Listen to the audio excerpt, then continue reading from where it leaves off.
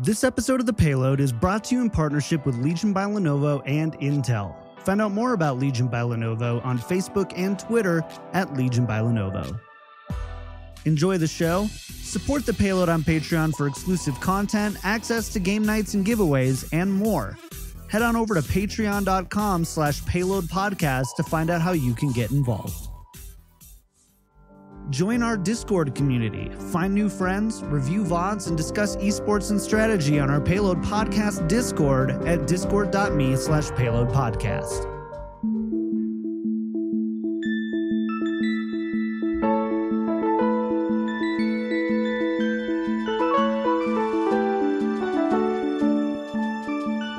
The podcast for heroes in the world of Overwatch.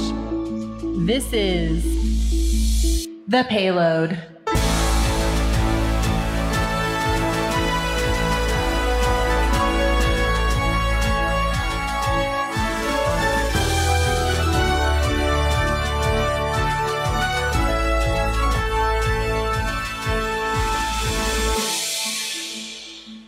Hey everybody, welcome to episode number 70 of The Payload. We're an Overwatch podcast from BlizzPro.com. Today is June 8th, 2017.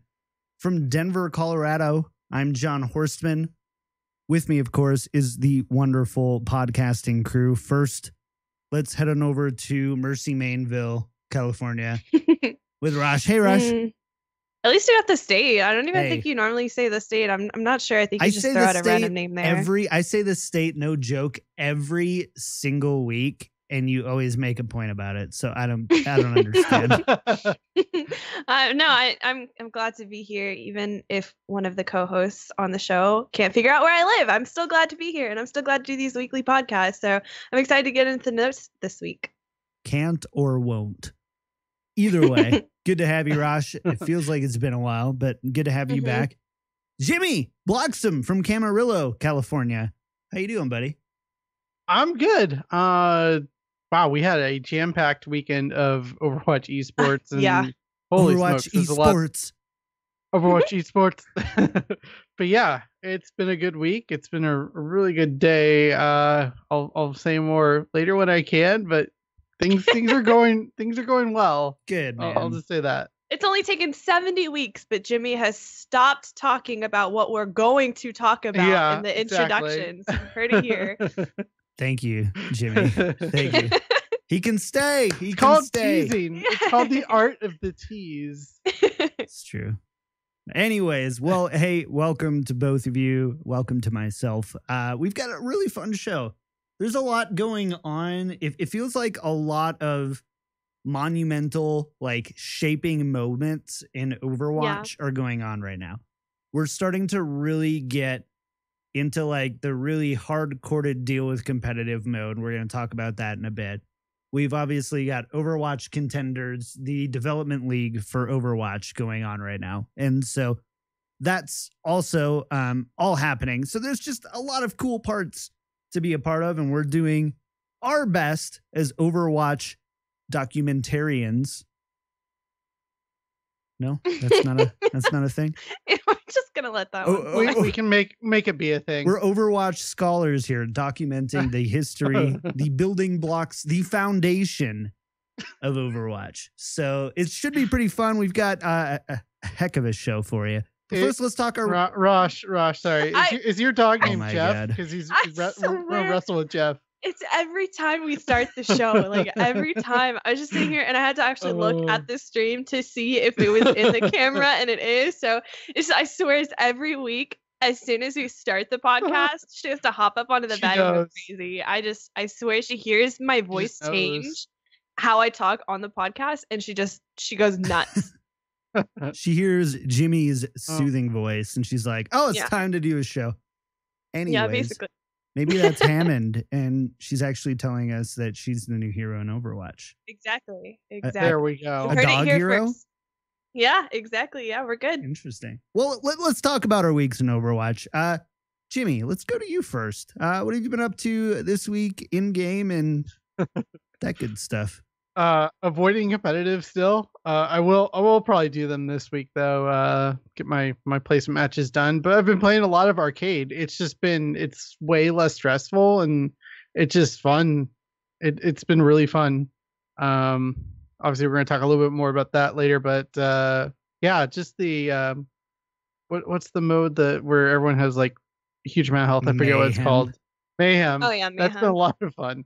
Although it gets a little cheesy. Because there are Winstons who have figured out they can just shield forever, basically. Well, and Reapers can just infinitely shift. Like you can just stall out a playing it on defense, you just get the automatic advantage. But playing it on offense is just. I've actually stopped playing Mayhem because it's just gone so just endless cheesy, at the end, and it just drives me crazy. But it's pretty fun. I like it. And doing 3v3s as well. That's been really fun just because the whole strategy of figuring out a comp that works versus what doesn't work. And then, you got to win with this comp. Well, we can't use that anymore. So we got to figure something else out. And I've been learning a bit of Zenyatta, trying to diversify my hero pool a bit. But so good right now. Yeah. Zenyatta is really fun. Yeah. Yeah. Cool. Well, good for you, man. Yeah. Rosh, what about you? What are you doing? We were talking about this a little bit before the show started, but Mercy's getting a lot of hate in competitive right now. And I don't know if anybody else has noticed this, but Season 5's ranked games have not been good games so far. And we're already at a week and a half into the season. And it feels like how the games were at the end of last season, where all the people who just say, forget it, the season's almost over. I'm going to throw, I'm going to have fun. I'm going to play Junkrat. I'm going to play Hanzo with a Widow. I just feel like it's a continuation of last season's last couple of weeks. And I just have not wanted to step into the ranked scene. So I've been playing a lot of quick play, and I forgot how nice it was to play quick play, one, with your friends, but two, in a non-stressful, just for fun type of way. I've been messing around in quick play, and I've had the most fun that I've had on this game for kind of a while, just taking a step back from the competitive scene and just being able to play and not caring if you win or lose or climbing points or anything like that. It's been a lot of fun, and because of the Mercy hate that's been circulating around, I picked up Ana and Zenyatta. So I actually have a Smurf account that's only Ana and only Zenyatta, and I'm having so much fun playing it. So that's what I've been up to. Nice. I've been going into competitive real hard, and I've only cried 4 times. I was about to say, how's that going for you? I've been doing it all on stream, so it's at least been like people can see that I'm just not like, oh, it's your fault. But even today, there were 2 or 3 times where my team or somebody on their, oh my God, your dog. He's your just dog like jumped up on the bed. It was just amazing. Like circus time. Amazing. That was like a Winston jump. That was pretty amazing. It's true. He's playing Mayhem. No cooldown on that jump. Oh my God. But so sorry, audio listeners. Yeah, sorry. But we've been unscripted. I don't know what's going on. Check out the VOD on youtube.com/BlizzBro. Yeah, it's anyways. So yes, back to you, it's still been a lot of fun.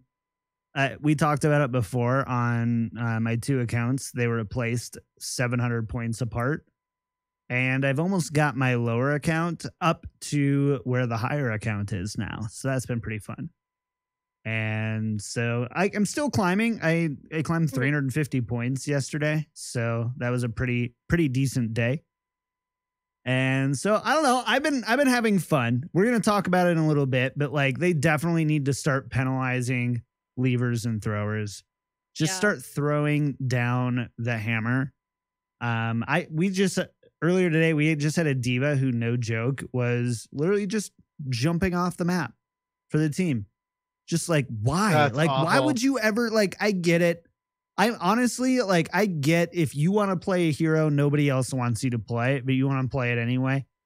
I can get that. Like, it's frustrating. I still want to, give you the right hand of fellowship to the noggin. But at the end of the day, I'm like, it's a game. There's only one way to learn a hero in a competitive setting, and that's to play that hero in a competitive setting. And sometimes it's not always the most conducive thing. I get that. What I don't get and what I don't understand is when you just intentionally make the experience bad for everybody else. I don't get it. So I've been pretty frustrated by that this past week. But besides that, I think overall it's just been it's been okay. It's been okay. I've still been having fun. I've still been learning a lot. As long as you're enjoying it, that's the important thing. I do. I try not to take it too seriously, and in the end, realize that my rank isn't directly reflective of my skill at every given point, right? Sometimes there's just things that are out of your control. I think you got to be really careful about using that as a justification for your losses. There's a lot because it's really easy to be like, it's not me, it's just my team. 100% of the matches that I've ever lost. Yeah. But because then you don't improve and you don't get better and you're just stuck at this elo, which you think that you shouldn't deserve to be at. And then that makes you not want to play the game. And then you stop playing it and you're missing out on this great video game. So yeah. But if you have someone on your team throwing, you can't control that. And getting mad never helps. It never resolves anything. I know I'm going to get an email about that one time this guy, after everyone was mean to him, decided to like cooperate. I don't care about your anecdotal story. And so anyways, thanks for hanging out for episode 70. We've got a heck of a show. Join us in our Discord, discord.me/Payload Podcast. This week in Overwatch.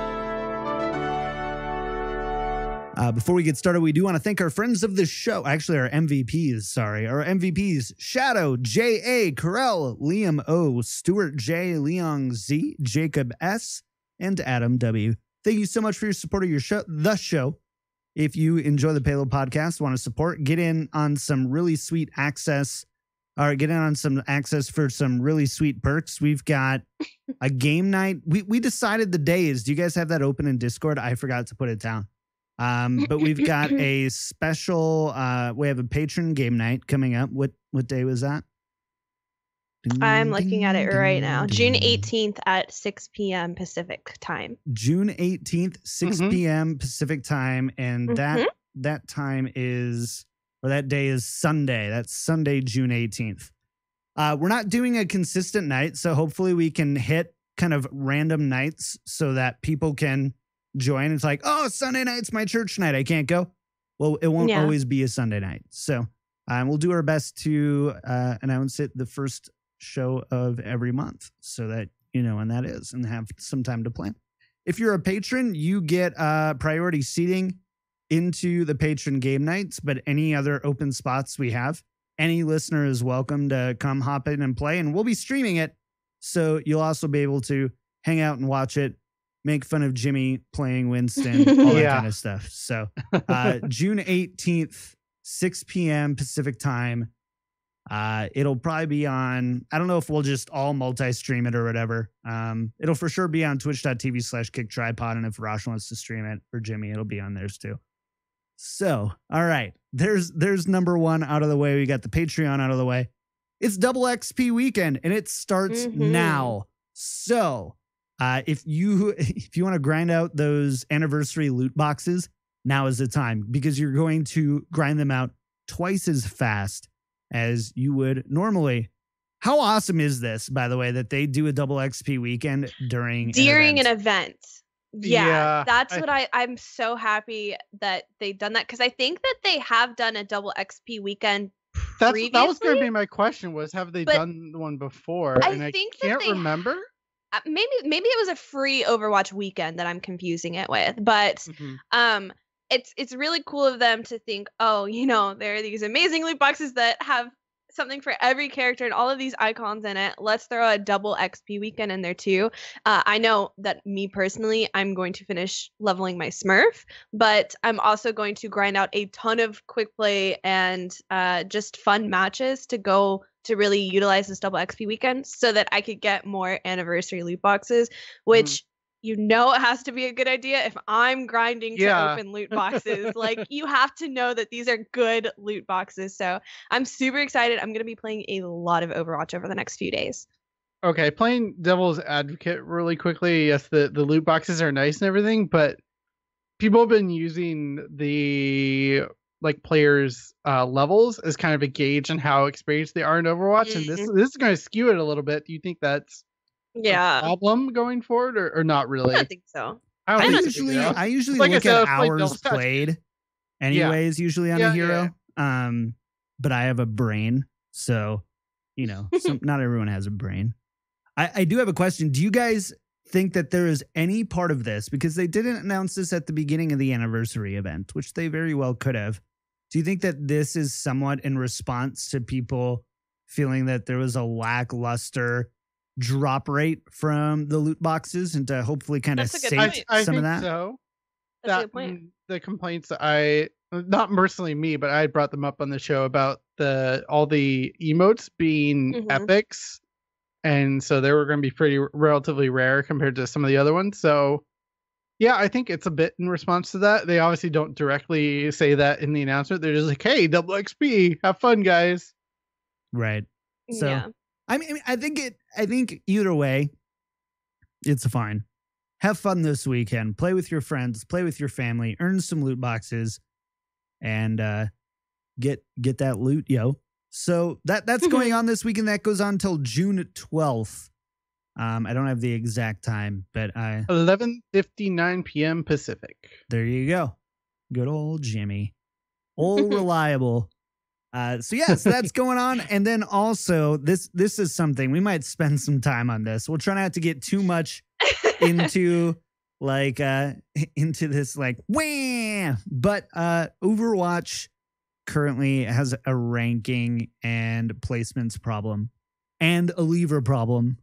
And it's got some issues with the competitive play going on. So first, let's talk about the ranked and placements. So Kotaku sat down with Scott Mercer, and where's the Overwatch Gibraltar sounder? It's on here somewhere. Yeah, come on, man. All right, I got it. Arriving at Point Gibraltar.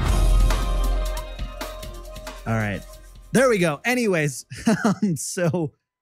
and it's something we've actually discussed this a while ago. I believe it was at the end of season 1 or right before competitive season 1. I think it was at the end of season 1 with Kevin.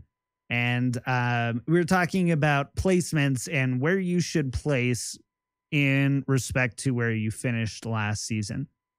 And as far as I know, I've never met a single person that has finished higher than they finished last season. At least on an existing account. I've heard of people who have placed higher on a new account than their existing account, but not on that same account. Yeah. So almost always you're getting placed lower than what you finished. In some cases, I think the worst or the best I've seen was somebody in our Discord said they placed 30 points lower than what they finished. Oh, yeah. That's the best I've heard. Yeah. And I know most people... I would be happy with that. Most people have placed 200 to 300 points below where they finished last season, which obviously it doesn't feel great. And in response to that, Scott Mercer said that it's so that it doesn't feel bad. And this is something that we talked about in the beginning. And I was actually one of the proponents of it. I said, I would rather place low and climb up quickly than place high and drop, or place at the same spot and not move. And the chances of that third option, I'd be fine with the third option if the system was good enough. And honestly, I just think that the math is too complicated to get that every time. So it's tough. Yeah, I agree. Because just with levers alone, you're going to skew that during your placements. So that's what we've got going on. And people are placing, 200, 300 points lower. I've seen someone place 600 points lower. So we're also in Discord. And so it's a huge delta, and and they were right back up to where they were after that. So so they climbed up very quickly when they were and that's one thing. A lot of people are complaining that they are placing lower, which it does make sense. If you spent 40 hours last season climbing from silver to gold, and you just hit gold at the end of last season, and then you do your placements like, yeah, I'm going to place into gold. This is the season that I'm going to put in another 30, 40 hours, and we're going to get up to platinum. That's the next ranking. Like, yeah, I feel good. And then you do your 10 placements and you go 9-1 or 7-3 or anything like that. And then you place back in silver, which you just spent 40 hours the previous season climbing out of. That is going to feel bad. But I just think that people are missing the next part of Blizzard's logic in this happening is they do place you a little lower, but the first 10 games that you play, you're getting an escalated amount of points for wins, and you're not losing as many points as you normally would for losses. So yes, it's annoying to get those 10 placements out of the way and do really well and still place lower than where you ended last season, especially if you spent all that time climbing to a new rank. But look a little more into the future. Look at the next 10 games. You're going to win or lose these next 10 games, and you're going to get back up to the respective elo that you were last season that you climbed to. So obviously if you climb to that, yeah, if you climb to that, then theoretically that's where you should be. You were able to get up there, so you should be able to get up there again. But it's going to be a lot easier than it was last season because you're getting an escalated amount of points. When I placed 3,600 or 3,500 last season, I got up to like 3,900 within like 10 games because of the escalated amount of points that you get. Do I agree with this system? No, not entirely. I just think that it's not as bad as people are making it out to be, and that they're not looking at the next 10 games. They're not looking at that next point of logic that Blizzard has by doing this. And then they're just crying about getting placed lower, or they're just negatively not crying, because I understand why it feels bad. Like I get why you are, but just look a little ahead. The next 10 games are supposed to get you back up to where you want, and Blizzard wants to do this because it's going to feel a lot better winning the next 10 games after you place and being like, heck yeah, man, I knew I was supposed to be in plat. I had so much fun playing these 10 games, compared to maybe placing you too high and then you instantly being met at a wall where you're neither going forward nor backward. So I can understand it. I do think that there are different ways they could do this, but that's why I think they are doing this. So I agree with what you're saying to a point. The one thing that I think is important, we play and discuss video games for some of us for our living, for others of us, a good chunk of our living. And so 6 hours playing video games is a Tuesday afternoon for some of us. And so like, that's how long it takes on average to play 20 games. It took me about 3.5 hours to finish my 10 placement matches. And so assuming that you have the 10 placement matches and the 10 after, that's 6 to 8 hours of time you've invested just to get back to where you should be, which is, it doesn't feel great. We talk about this in Hearthstone all the time, because it's even worse in Hearthstone. If you finish at the top end of the game, you get placed back highest, I think, bottom of rank 15 or top of rank 16. And so it's like, it's awful. And if I get to rank 5 every month, I'm 5 stars behind them. So I'm literally playing against, the professional players for that first week. That's awful. That's scary, still kind of bad. Jimmy, you got any solutions on this? Are there any ideas that you have that can maybe make it better? So solutions for ranking systems are so difficult. So I really don't have any. It almost feels like maybe just a straight ranking system, like a straight rating system where you get X amount of points for winning and nothing for losing or something like that. Just would be simpler. But I know that the reason they have how complex the matchmaking system is, and the rating system where it rates you against people on your SR and how well you did against the same hero or whatnot, is to try to make it more accurate. But because it's not very transparent what it's doing, it makes it hard for players to, I guess, trust it in that regard. And that's where the problem lies. And there's no simple solution. Yeah, like Jimmy's saying, it's hard. And like John was saying earlier, the math is just so intense behind everything, all of the calculations, trying to figure out every single hypothetical situation that you might be in to come up with a math equation to somehow make that relate to your true skill rating. And I think that it's a good idea because if you're at silver and you're there are going to be people that you are doing way better for, and you should get more points if you're helping carry a silver team where the other 5 people aren't really doing anything and you're carrying the match. You should get more points, yes. Up to a point, I think. And I think we've talked about this multiple times on the show where we say like, oh, they should find a benchmark, and underneath that benchmark, it's about true personal SR, and above that benchmark, it just goes to a simple point skill where you win, you get 50 points, you lose 40 points, or whatever that scale is. I think they need to do that because the higher you get, the more that you are going to solo carry happens less and less and less. Right. So I don't think that it should be affected that much by personal gains and how you personally affect the game and how many points you get. So I just feel like we keep coming back to that over and over again. And I still think that's one of the best ways is placements. Placements are for new players and players who might not have played for X amount of months. So for a season or 2 seasons, then yes, placements should matter. I don't like this whole thing where if you're playing every season, I don't think that placements should necessarily be a part of it.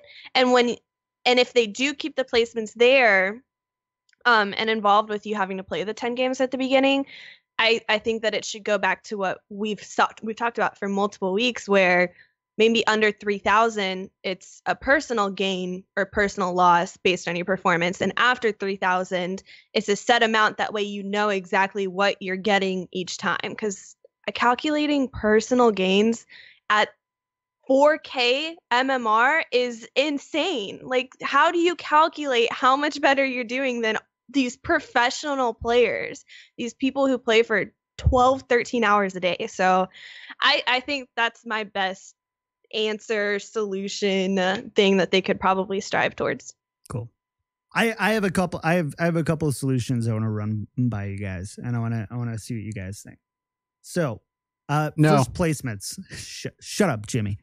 So, placements. I think placements for existing accounts, so accounts who have already played a minimum of 50 games in a competitive season, should have the option to skip placements and be placed at that where they ended at the end of the season, or where they ended minus 100%. Like, you just let's just say like we remove they remove any doubt on that, and it's almost a little bit of a gamble. Like, you're like, cool, I'm at 3,100 right now, I can skip placements and just get placed at 3,000, or I can do my placements again and potentially get rated higher or potentially get rated lower.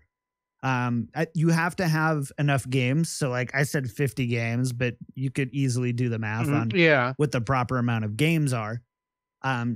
After you've played that amount, you just have the option at the beginning. You know, it's kind of like when you play the game of life and you can either go to college or skip and go straight to your career kind of thing. It's like the same thing. You can kind of skip college, go straight into there, but you're pretty confident that you kind of know where you're at and where you want to start. What's funny about that idea is Blizzard actually does that already in StarCraft to a certain degree, where if you already placed the season before, you only have to play one placement game and then you're set for that season. So maybe something like that could be a medium between, because we all play Overwatch quite a bit, and 10 games isn't too much for us, but for the casual player playing 10 games, that could take a couple days, maybe, depending on the amount of time you have to play. I mean, each game is 20-30 minutes depending on how competitive it is. And but like you're saying, I think that number you gave, if you've played 50 competitive games last season and have given them the option to knock 100 off your SR and start there, I like that. Cool. So that's my idea for placements, because in the end, and I've said it kind of before, placements are only for players who are brand new to the system or who have been intentionally or unintentionally fluctuating or diminishing their SR. And like, I don't know. Like for me, I'm like, I know about where I stand on placements. I also would like to, if they implemented something like you can't drop below where you placed here. So if you placed at 2100, you just get placed at 2000. At the lowest. So you know you're not going to go down to silver and have to grind out silver again. You're guaranteed gold. You hit that. Obviously, there's like I say that and that sounds really good on paper. I think that there's a lot of ways where it's like maybe I have honestly, right now as a player, I don't have any business playing in Masters, but I was 150 points away from Masters last season. And if I would have found the right duo, Rosh, to get me up into Masters, now I'm placed at Masters every season, and I could get how that might fluctuate, or that might be too much, inconsistency. I think that they want there to be seasons, and if you kind of get away from placements, what's the point? Like, if you're still gonna play where you ended last season, what was the point in necessarily ending the season? So I think that that's why they're sticking with this placement so hard, and I think that they're trying to figure out a way how to do this. That's why we've seen it change, where it used to be you would place higher than you were, and then you would fall back to the appropriate rank, and then now it's you place lower so that way you can climb. I think they're still trying to tweak this, but I don't think that we're, as much as I want there to be maybe like less placements, the need to not have to play placements, I think that they're probably going to stick with it, because then the argument comes, well, what's the point of even having 4 seasons if I'm just going to continue about where I left off last season? So I think that there does need to be some kind of reset between seasons. You see it in every game on WoW. World of Warcraft, you start from scratch. You start it, unless they've changed that. I don't know. I haven't played WoW in years, but you get 2,500, 2,800, and then the next season you start over and you have to regrind that. And that's just how it is, because they want the season ending to mean something. So WoW is a Blizzard game. Overwatch is a Blizzard game. I have a feeling they're going to try and stick to the same foundation in both regards, but hopefully we can see them change it to where at least it's better, because my roommates didn't even get to finish their placements last season because of how long it takes to put into placement games. And they just don't have the time. If you're not playing this video game for a living or putting most of your living towards it, it's a pain to put in that many games. So I can see the frustration. Is a meaningful percentage of the games you potentially get in, right? And so 10 games, let's say you get in 100 games a season, that's 10%. 100 games per season over 12-week season, right? 4 times 3-ish season is, oh man, I hate, why do I always try to do math on this show? We're not doing this math on this show, but it's welcome it's to a good, the it's like 10 games Payload a week. Podcast? It's 100 games, 12 weeks. So it's just shy of 10 games a week, which is actually a lot. It's a game or two a day. That's a half an hour to an hour every day. More than a game a day. Yeah, like that's not realistic for everybody, I guess, if that makes sense. But at the same, and I'm with you. I think that there might be a way to make placements optional. Like I said, cool. You go to the bottom of the ranking that you were last season, whatever, and then you can skip placements. Cool, great. Give some people that option. I think there might be a way there, but at the end of the day, it's not so much playing the placement games that sucks. It's the feeling you get after placements. Very rarely do I see people go, yes, I got this. Because again, I don't know of anyone that got really got placed higher. And even then, like the closest I got is like, whew, glad I don't have to grind out that much to get back to where I was last season. Like, in my opinion, that doesn't sound like a working system. Anyways, that was a long discussion. I didn't expect it to go that long. But we also have this going on. The tickets for the Overwatch World Cup group stages in Sydney go on sale, pre-sale kind of, with some weird ass I have rules. I have so much to say about this. Jimmy, give us the lowdown and the scoop on this. Okay, so you think buying a ticket for an event should be straightforward. Well, they thought, no, let's make this as complicated as possible, as you have to enter basically a lottery and you earn more points by registering through your social media accounts and inviting your friends. This just screams some high level marketing executive thinking. This light bulb came off and they're like, oh, this is a great idea. We're going to get so much engagement on this. This is going to lead to just pissed off people. So is this Blizzard or is this like the ticket vendor they're going through? I don't know. It sounds like Blizzard because okay. The .esports article says they reached out to Blizzard for more info about it. The other weird thing, why are they giving you only access to 3 tickets? I could understand 2. I could understand 4. What, you're gonna like bring like your significant other and a +1 third wheel? like this just seems like an odd number. It is an odd number. An odd number of tickets to be given to people. Math joke. And if we really want to speculate on this, don't ever do this for BlizzCon Blizzard. You will rage. Isn't it so easy to come out with bot accounts and stuff like that to increase your chances of winning a ticket? So you should never sell tickets. Is it easier or more difficult than having bot accounts all slamming something at 6 p.m. Pacific time when the things go live, like BlizzCon tickets, though? Yeah, that is very true. I get the tickets is to give you a chance to get the tickets. You still have to pay for. Right. So okay. So let's talk about this possible reasons why this might be. So first of all, this is off the assumption that it's Blizzard, which is a big assumption. This just broke today. So before we go on and speculate any further and like quote unquote blast Blizzard for this, keep in mind we might find out tomorrow that it's startickets.com/esports that is doing this, and then it's a different company and whatever, but it just doesn't feel very Blizzard. I know of a lot of companies because like a very popular giveaway website is Gleam, right?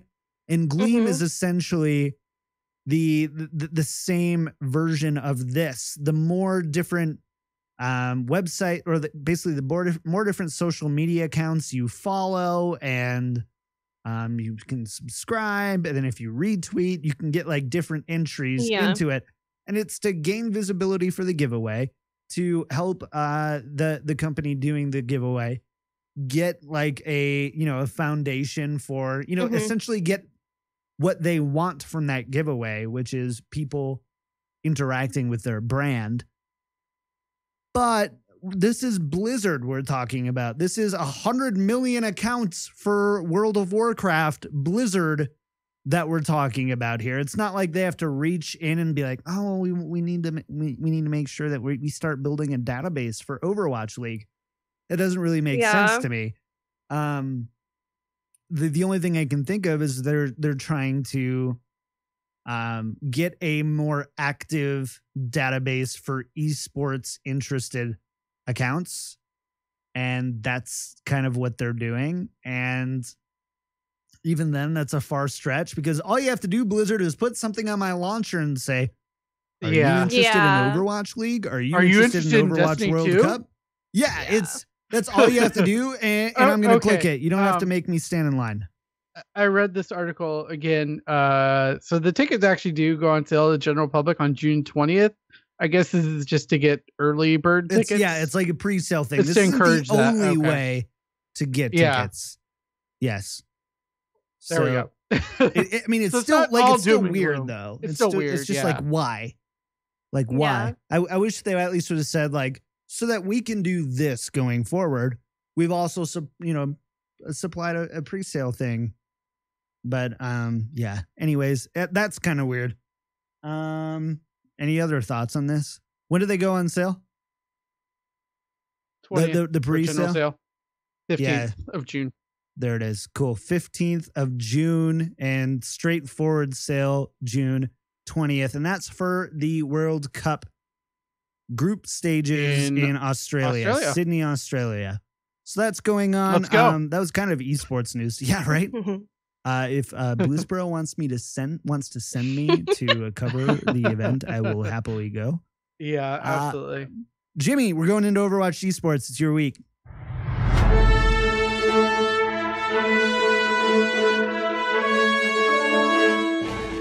Overwatch esports. There it is. Awesome. All right, so we've got quite a bit going on. We had Overwatch Contenders weekend number 1 happen this weekend. Which was a long weekend. And Takeover 2. So are you guys like Overwatch esported out right now? Because I actually had so much fun. There were amazing. a lot of games, but I don't think I've ever enjoyed watching a tournament, let alone 2 tournaments in one weekend as much as I did this weekend. The games and the quality of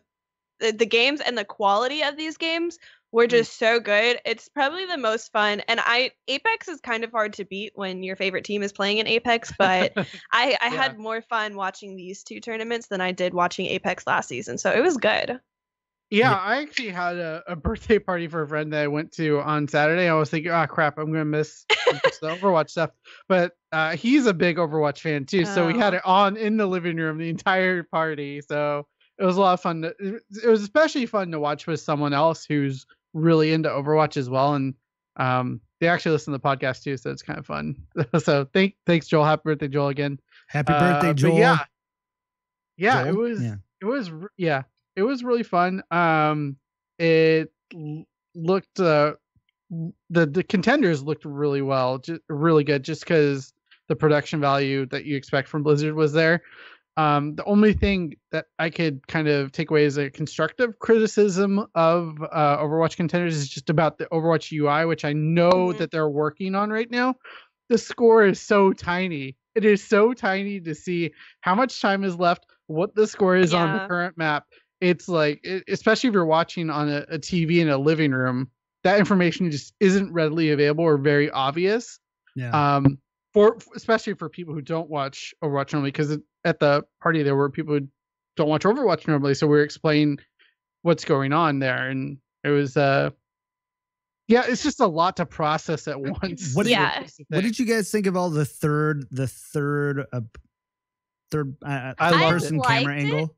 Loved it. I liked it. I just felt like because they were like debuting this third person angle in the tournament, I think that they might have done it a little too much. I think that they did a really good job of putting it in third person when they were resetting for fights or stuff like that. But also the replay highlight thing that they incorporated. I think they did a really, really good job of figuring out the pace of the game and placing the highlights at the right time, so you're not missing anything in the game. Because it's like a fight happens, everybody's resetting, you're jumping off the edge to reset, or you're body blocking a diva and then they reset. You have 6 to 10 seconds before the next fight, instead of just watching a team like kind of set up on the point, which by now you kind of set up in the same way over and over again. You get this cool little highlight feature, or you get a really cool third person view of everything. So I really, really like it. And as to what Jimmy was saying of trying to explain it to everybody at the birthday party, Overwatch esports tournaments have come such a long way in being able to like see what's going on and understand what's going on, that the UI will be fixed, no question about it, and it'll be better, and it'll just keep getting better. So it's pretty cool to see. Yeah.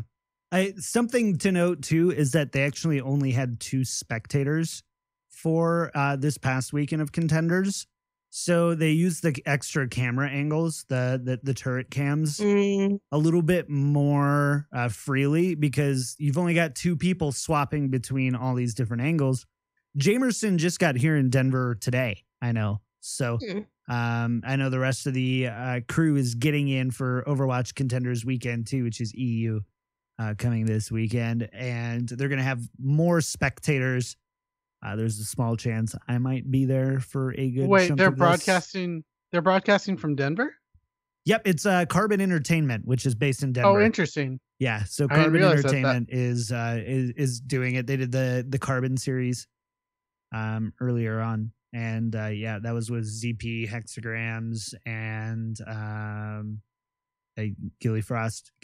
What's his? I don't. Anyways, Left guy. Yeah, left guy. The guy with the iPad Pro and Apple Oh my Pencil. gosh. Which actually was probably one of my favorite parts about the whole weekend was left guy. I'm not gonna lie. Left guy. That's pretty funny. Yeah. Did you guys see where they paused? There was a team pause, and he come back and he gave a wink to the camera and was like, "All right, I'm back now." Yeah. he just added. That was good. Such a good guy. Keep him on. Make sure you do whatever you can to keep left guy there.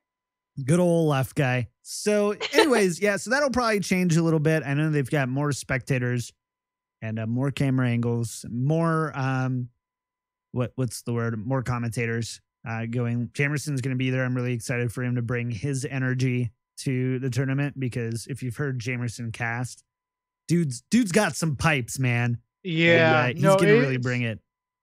It's crazy how far he's come, because I remember meeting him for the first time at a Heroes event at the start of 2016, and he was just doing Twitter updates for an org, and now he's casting Overwatch Contenders. It's really cool to see. I mean, he casted CSGO for a while, and then obviously Overwatch with the Overwatch Agents Rising event, and now that's esports arena. I'm super I'm just super excited for him to get more exposure. Yeah, he crushes it. We're really happy for him.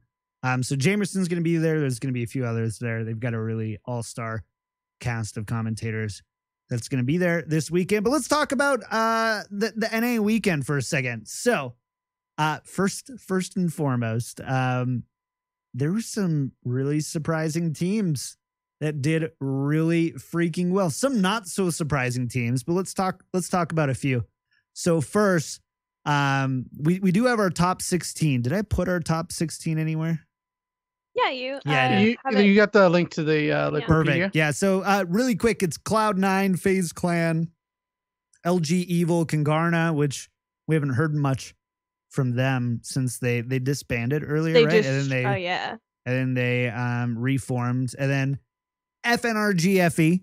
Whew, I made it. Say that 3 times fast. Gosh, just pain. I've actually gotten so used to it from hearing it so many times over the weekend that it's just like FNRGFE. Every time Doa said it on stream, I just started cracking up. It was great. Funny story.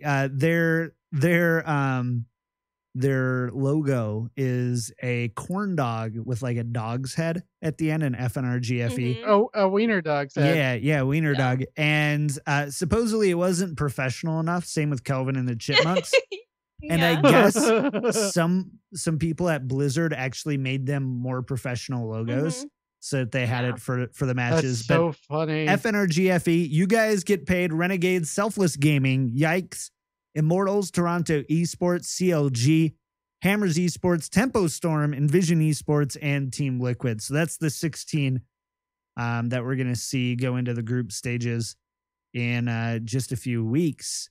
But there's some surprising ones here I wanted to hit on. Yeah. The first one was, let's just talk about FNRGFE first. So FNRGFE is Enigma, Boink, Muma, Bonnie, Buds, and Clockwork, which they should all sound relatively familiar. Because they come from teams. Yeah, because they come from teams Fnatic, Team Energy, and then Team Gale Force Esports. So and this team is crazy. It was so fun watching them, and I was rooting for them through the entire weekend, even against teams like LG Evil, like other teams that I found myself rooting for FNRGFE just because of the makeup of this comp. I just wanted them to go as far as they could. I think it would be hilarious. Yeah. When I first saw the roster, I was like, okay, that's a good roster. It seems kind of thrown together last minute. I wasn't sure how far they would go, but then that first game match that was on Overwatch Contenders, I think it was against Selfless. I don't remember the first match. But they just crushed them in that first qualifier. I mean, they ended and they first. Looked really good. Yeah, when's the last time we heard something newsworthy from FaZe Clan? I mean, other than them rotating out their roster all of the time. Oh, I just started randomly talking about FaZe Clan. We were talking about FNRG. Yeah, it's fine though. That's who FNRGFE lost to in the semifinals anyway, so it's a good segue. But back to FNRG. Yeah, it was super fun to watch them. I don't know why. I think I have because I have FaZe Clan up on my computer. I just randomly started talking about FaZe Clan. Yeah. But The games for FNRG FE were so good, and it was really fun to watch FNRG against Kungarna because FNRG, I believe they have this like rivalry outside of games. So it was really cool to see that game, and that was a really good game. So from this surprising roster that we didn't really think we were going to get a lot of good games off, they finished tied for 3rd and 4th place in the entire series. So that's pretty cool, and I'm excited to see them going forward. But yeah, they did end up losing to FaZe Clan, which is another surprising team, I think. And FaZe Clan is actually made up of Raucous, Spree, Louis, Shadowburn, Joe Meister, and Factor Fiction. And when, like I was saying before, I realized we were talking about a completely different team. When is the last time we've heard anything newsworthy related about FaZe Clan other than them making roster changes? Yeah, exactly. Other than roster changes, when is the last time we heard anything great about FaZe Clan? We haven't. Now, this is only like 50% of their current roster, right? And by the way, for those who are wondering why FNRG FE, it's former NRG and Gale Force Esports, FNRG FE. So that's why it's there. It's the former, and they beat NRG. So the former team beat NRG in the round of 32, 2-0, which, come on, like, yeah, NRG has to be throwing so much money at their players, at least from what I know about their organization. And for them to get beat by all the people that they've cut has just like a, hey, let's do this as a Contenders thing. Yeah, let's do it. It's kind of interesting, you know, whereas Cloud9 has been able to make some tough choices and make the changes for the better, like they did in TakeOver 2 this weekend. I think that they had a great showing. FNRG has not been able to do that by any means. Maybe they need to hire Bishop to coach. But FaZe Clan, it's just been a really interesting roster. I'm a little bit biased towards this roster because I've been a Spree fan for a long time. Maybe because he plays such an awesome Zarya, and I love watching. I love watching. You would gravitate towards those players. Oh, okay. No more Overwatch puns here on the Payload Podcast. We're done here. I'm biased because I like Shadowburn. I love seeing the Genji plays on him. So it's good. It's a good meta for Genjis right now. So like Shadowburn played great. So who is it? We have Spree, Louis, Raucous, Joe Meister, Fact Fiction, and Shadowburn, which, you know, so like I said, it's 50-50 on their roster of who's on it and who's not. And it was a really great kind of ad hoc roster. So they played really well, and they beat some tough teams. They beat Sensei Esports, Team Liquid, You Guys Get Paid, which was kind of one of the surprises over the last couple months for really, really high quality, but kind of high B team, high B tier teams. And then they beat FNRG FE and LG Evil. So that's not easy. Not a bad round of wins there. That's not a bad round of wins. But can we talk about Kelvin in the Chipmunks for a second? So Kelvin in the Chipmunks is Seagull's team, and Seagull's team was mostly like streamers or like pro players who stream a bit. So you've got Seagull. Ajax is obviously a pro player. Blam, Nicholas, TJO, obviously. Kelvin, who, you know, aimbot Kelvin on Twitch. Clone Man 16. And then they had substitutes with Kefri, Pure, and Flame, who you may know from the Overview podcasts and other kind of, he makes rounds. He makes some YouTube content too. And so, and they were this freaking close. So Kelvin and the Chipmunks on day 2 made it to the top 8.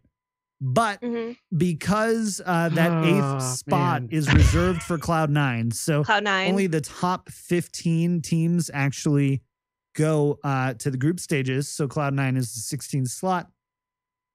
There was a group of tiebreaker matches to get there, and Kelvin and the Chipmunks could not overcome these games, unfortunately, and so they let's see, I got to remember how it went.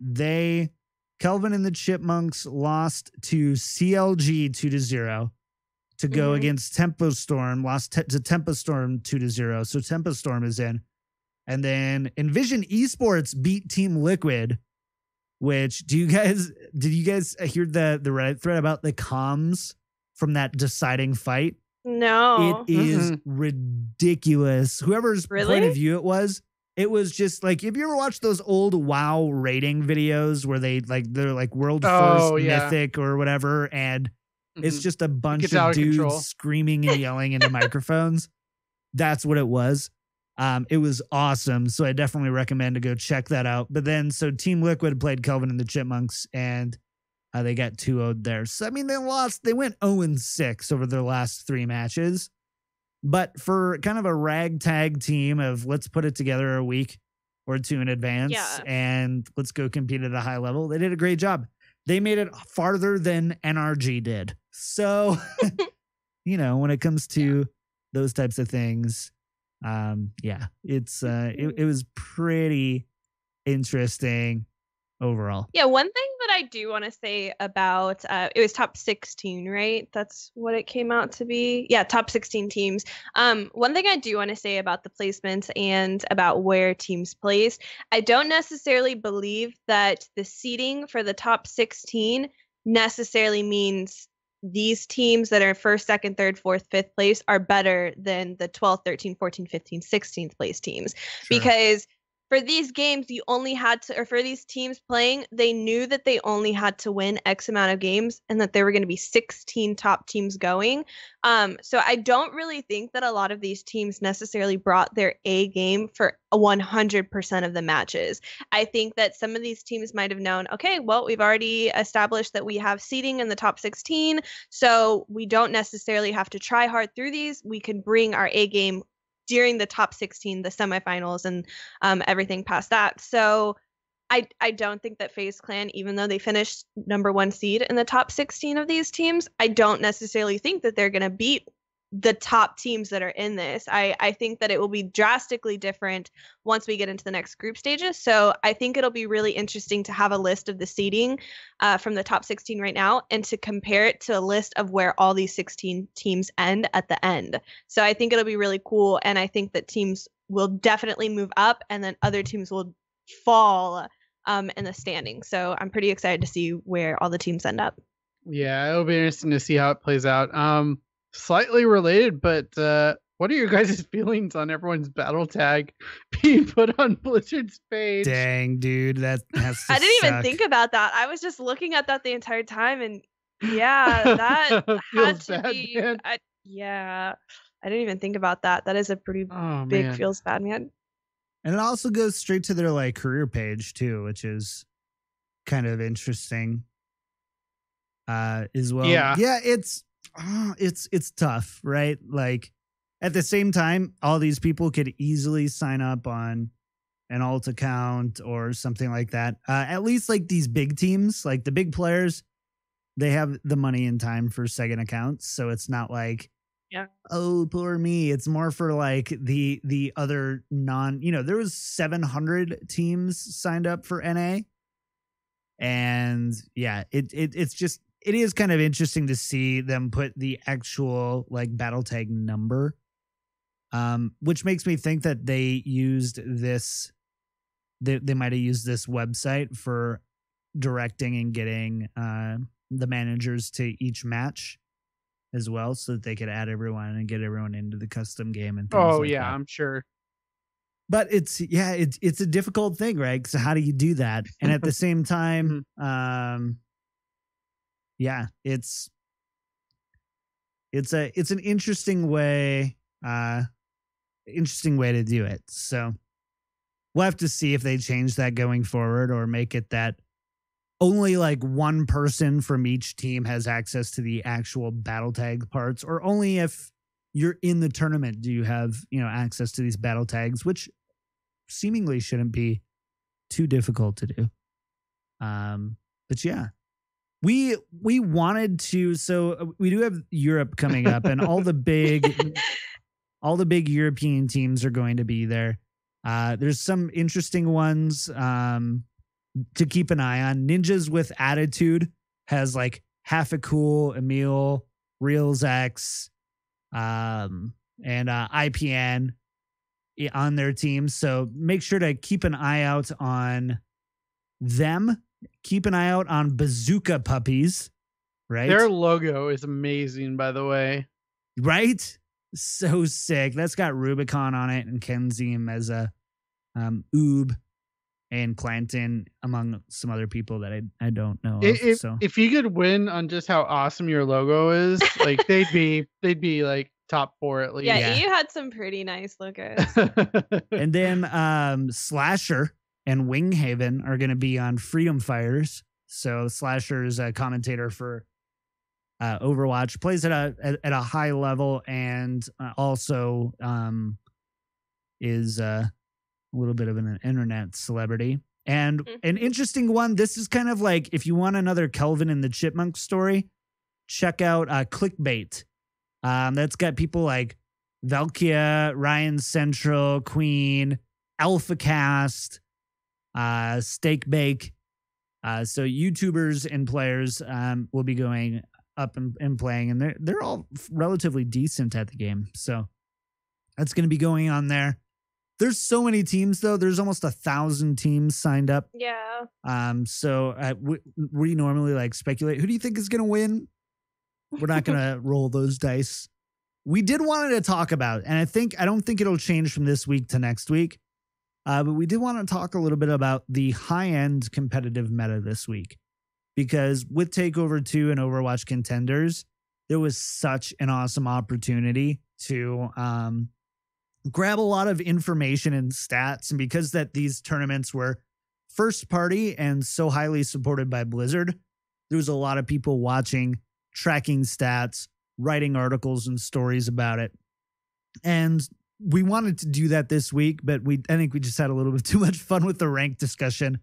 So we're gonna table it to next weekend. It's hard for us to not talk about that. Like, yeah, it's a fun topic to debate and discuss. But we want to talk about it next week because there's a lot of really good information and a lot of, we could do better, I think, as a podcast, discussing a lot more of the, why is this hero good right now? What makes this hero good?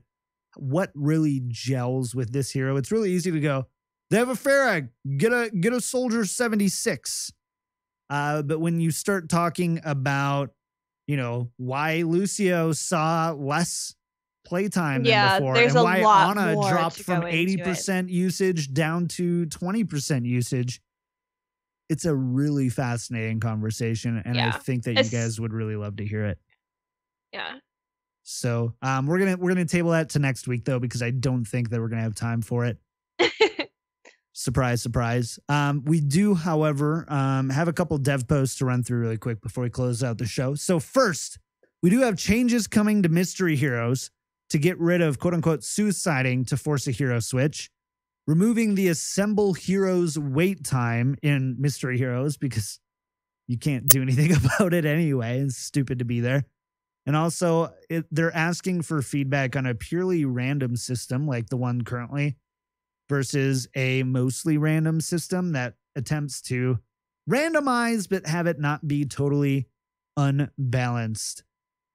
So that was going on. Just as a heads up there, stay tuned. I bet we'll see something in the next patch or two.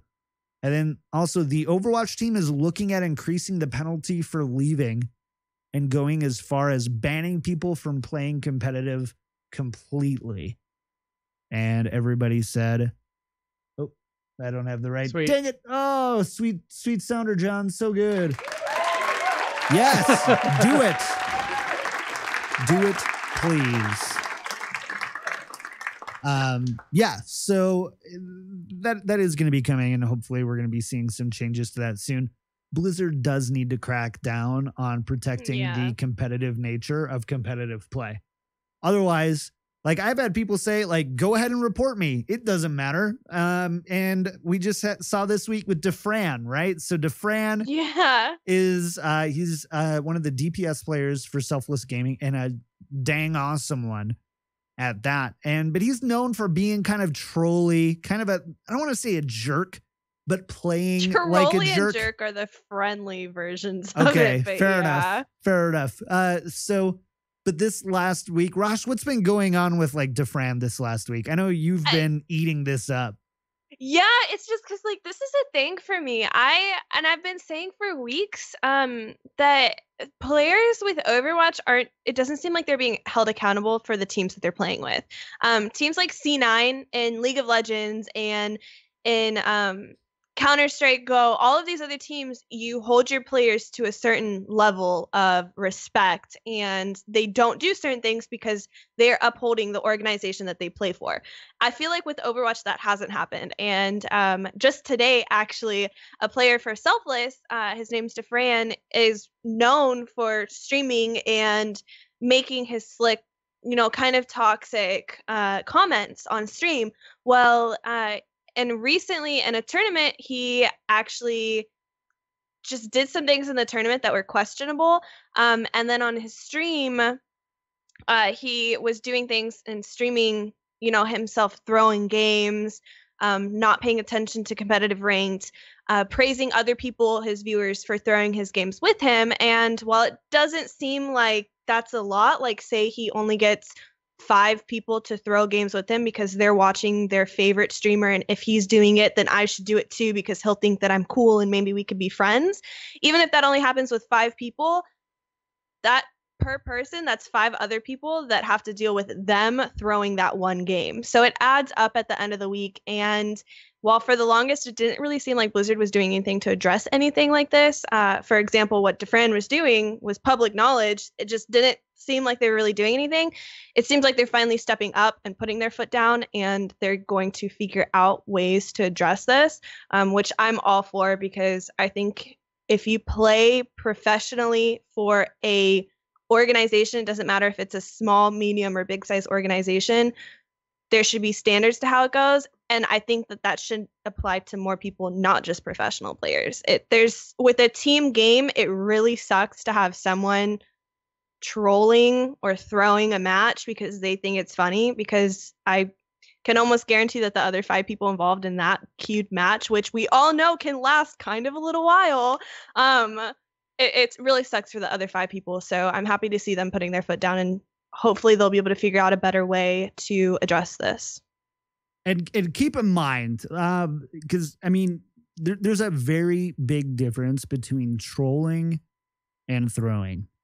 And I think it's something like I've been in a few games even this week. I can probably go back to stream and clip the VODs of people who are like, report so-and-so for throwing because they're playing Widowmaker, or they're playing Torbjorn on offense and it's not working. That's not throwing, that's trolling. And while I discourage it, it's also kind of fun, isn't it? Just a little bit. It's a little bit fun. I don't like trolling and I don't like throwing, so that's on you. I don't like it. I don't know. I come from like a very competitive environment where you could talk smack and troll and still like it still be like okay. It's one thing to say like, call you expletives and make fun of things that you can't change about yourself or situation. It's another thing to just call you bad and make fun of your internet connection or something like that. Things like that where it's, where'd you get your internet connection? Dollar store? Yeah. Anyways, that's so I have a feeling it's a little more extreme than that. Yeah. Oh yeah. And it is, right? And it is, right? Like it's just like it is, yeah. I'll be the first one to say I believe in wholesome gaming, but I also I like to get a little unwholesome sometimes. I like to just be kind of trolly and have a little fun. Yeah, but there's a difference between going unwholesome and then praising people for throwing games and then calling them the ISIS of Overwatch. Like that's kind of a little bit different, and I think that is completely fine with it. I think that warrants a ban. I think that's a little too far. It is. I just don't want people to think that anytime somebody isn't like trying their absolute hardest and competitive and only playing the hero they have 200 hours in is like the best thing for the gaming community as a whole, from my perspective. Yeah. But you're right. Like this is a whole different level of And it's like it crosses the line between trolling and just throwing and ruining not just your teammates' time, but we've all been on the other side of a team that has a lever or a thrower, and it's not that fun. Mm-hmm. It's not that rewarding. I would rather win a 6v6 than win a 6v5. I say it on my stream all the time. When someone, like if I'm at that tier between masters and grandmasters and say it's that game, I'm 2 points away from a grandmaster game or grandmaster rank and the other team has the lever. I say it all the time on my stream. I don't like this. Like this is not fun for me. I legitimately feel bad for the other team. And you know that I legitimately feel bad if, even though I'm 2 points away from grandmaster and they get a thrower, that's a guaranteed GM game for me. It's still not fun. I feel bad. Realistically, I've been there. I've had to deal with teams with throwers. It's not worth it enough to feel good about you having a thrower. Well, these players now have had more than a year of being able to test the waters, and they're all the way in the water at this point with trolling and throwing. And it's getting to a point where we have a toxic competitive ladder, which is not what you want. And that and every time this comes up, people are like, only the levers should get SR losses. And, there's so many reasons why they have to maintain the integrity of the system, regardless of individual performance. Because hypothetically, in a perfect world, it means that the levers and the throwers get weeded out of that system quickly, and you only have to deal with it a very small percentage of the time. But every 3-4 hour session, I probably deal with it once an hour, either on my team or on somebody else's team. There's somebody throwing or somebody who's left. And between that and like the toxicity that you're seeing, it's not creating a very healthy competitive environment, where even CSGO now, they have a thing called Overwatch, not to be confused with the game that we're playing. But a thing where basically it's like they're reported and somebody goes in, watches those matches. Yeah, and watches it. And if they see it, boom, yeah. you're out of there. Just like a bouncer. It's like DoorDash for bouncing that game. And I don't know the manpower it would need to make that happen, but I hope we don't have to get to that. Like, I hope that the system can mostly automate it. And Jeff Kaplan had a forum post a little bit more about it earlier today, saying it's partly systems based and it's partly user feedback based on how people are getting reprimanded, suspended, and banned. And they're looking for ways to like reward people who report more accurate reports and stuff like that by like, if Jimmy's an MVP reporter, like hall monitor style kid you want to punch in middle school kind of thing, no, seriously, when he goes to the offing game, I will go. Yeah, I will report you for every single little thing. If your teacher's pets it a little bit, it means that they'll take his word a little bit more than, the handsome, devilish looking jock. Who I'm just kidding. Did we get a new co-host? I'm confused. Oh my god. If you're a handsome looking jock and would like to be the fourth co-host, anyways, email us at the Payload Podcast. All right. Time is money, friends, and we're almost flat broke. We're not even going to finish this. We're not even going to finish the sentence. Nope. Let's go ahead and get out of here. Thank you guys so much for hanging out with us for episode 70 of the Payload. If you have questions, comments, anything you'd like for us to discuss on or off the air, send us an email to thepayload@bluespro.com. We'd love to chat with you, get to know you more. Patreon. What's going on Patreon this week, Jimmy? Well, first of all, we want to thank our Grandmasters, Shadoe, J.A., Correl, Liam O., Stuart J, Liang Z, Jacob S, and Adam W. Thank you all for your support. And we do have our merch store. It is live. If you would like to check that out, store.bluespro.com. Gets you some t-shirts that you can purchase and adorn the Payload logo as you walk around. And that would be awesome if you'd love to have our podcast. That dude must be good at Overwatch. Yeah, exactly. If you want to support the show, head on over to patreon.com/Payload Podcast. All the details on all our tiers are there. You can also join Fallen, who has become a patron this week. Thank you so much for your support, and we really, really appreciate it. Yeah, we've got lots of cool rewards. We've got Discord. We've got game nights coming up. It's going to be a blast. So we'd love for you to get involved with the community. Even if you're not a Patreon or a patron, you can still come join us in our Discord, discord.me/Payload Podcast. We're talking there all the time, having a good time. You can also see when any of us hosts goes live on Twitch right from the Discord as well. So it's a really fun time. I hope you come and join us. Rosh, what's going on in iTunes review? iTunes reviews. Yeah, 5-star reviews help us a ton on a week-to-week basis. And if you'd like to show your support for the show, they're incredibly easy to leave. Thank you bunches to Bug Maniac Tyler and everyone else that's previously left one. What? You look like you had to say something. No, I was going to say, is Bug Maniac Tyler, is that one of like the Pokemon trainers in Viridian Forest? Something tells me it's not the same person, but all right, I don't need your sass, okay? Don't anyway, bully me, bunches. Rosh. Thank you bunches, Bug Maniac Tyler, from wherever you got your name and whoever you are. We appreciate it. If you haven't done so or left one yet, you can do so at iTunes, Stitcher, Podcast Addict, and Google Podcasts. Woo, awesome. Okay, well, let's do shout outs for the week. Jimmy, shout outs for the week, and where can people find you? Yeah, just follow me, twitter.com/DJTyrant, and same name at Twitch. That's where I post most of the stuff that I'm doing during the week, and check out my streams. Awesome. Rosh, what about you? Yeah, you can find me at Twitter at F2K_OKIt'sRosh. You can also find me at twitch.tv/OKIt'sRosh.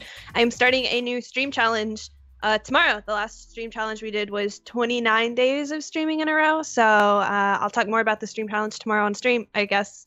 Today on stream if you're watching the recording. But I will see you can't tell us? Can you tell us what it is? No, it's a surprise, John. I have to unveil it on the stream so that it's clickbait. Hello? Oh. You have to come. I'm also doing a stream challenge. It's whatever Rosh is doing +1. So, oh, okay. So yeah. Minus 40 viewers, but +1. Anyways, as for me, you can find me twitch.tv/KickedTripod. Katie's out of town this weekend. It's double XP weekend. I'm going to play. Oh, yeah, I'll be. I wonder what John's going to be doing this weekend. No joke. So no joke. You can go out into the kitchen right now. I've got like frozen pizzas. Yep. I got the Tostinos scoops and the hey. Don't medium give that, queso. Don't give that away. Make them sponsor us before you name drop like that. Maybe I am sponsored. You never know. Okay. Yeah. So like I've got that. I've got just it's a total bachelor pad right now. If Katie, if you're listening, come home soon and help. I'm drowning. I don't know how I function as an adult most days anymore. Blink twice if you're in trouble. For the audio listeners, I didn't blink. Anyways, yeah, that's it. Twitch.tv and twitter.com/KickedTripod. And yeah, well, I think that's going to do it for us. Thanks for joining us for episode 70. Tune in next week, Thursday, 7 p.m. Pacific at twitch.tv/BlizzPro. And make sure to mark it on your calendars, June 18th, 6 p.m. Pacific time, for our first patron game night. And again, don't forget those sweet iTunes reviews. Love you guys. See you next week. Bye.